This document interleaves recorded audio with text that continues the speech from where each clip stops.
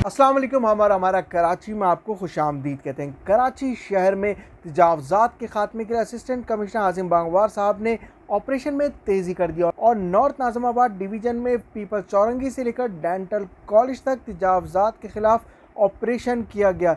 दुकानदार हजरात ने अपनी दुकानों को फुटपाथ और रोड तक कायम कर लिया था। मुख्तलिफ दीवारें, चबूतरे और लोहे की शीट्स के ज़रिए बाज़ दुकानदार ने दुकानों के बाहर सीढ़ियाँ तक निकाल रखी थी, जो कि सरासर ज़्यादती और गैर कानूनी अमल था। फुटपाथ और रोड पर कुछ मकानात के बाहर बड़े साइज़ की नर्सरी और टेरेस भी घरों के अहाते में शामिल कर ली गई थी और ग्रिल लगाकर इस हिस्से को भी कवर कर लिया गया था, जो कि गैर कानूनी अमल था, जिसके बायस तजावज़ात को शिकस्त देने के लिए असिस्टेंट कमिश्नर साहब की जानिब से टीमें तजवीज़ दी गई। एंटी इंक्रोचमेंट टीम्स, केएमसी के आला हुक्काम, पुलिस की नफरी ने अपने फ़राइज़ संभाले।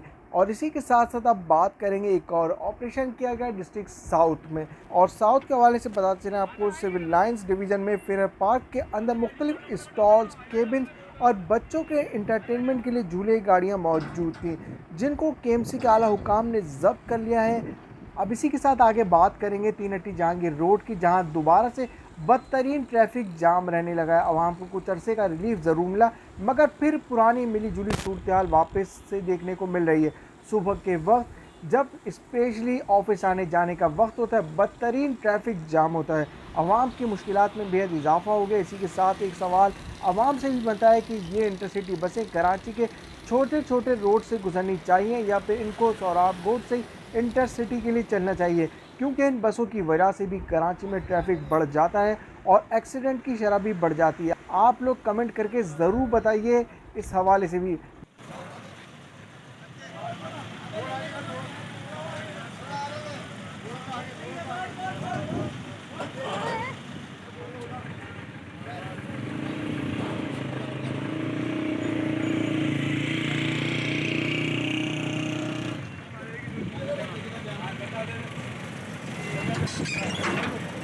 ऊपर पकड़ना पड़ेगा भाई, पकड़ना पड़ेगा ऊपर।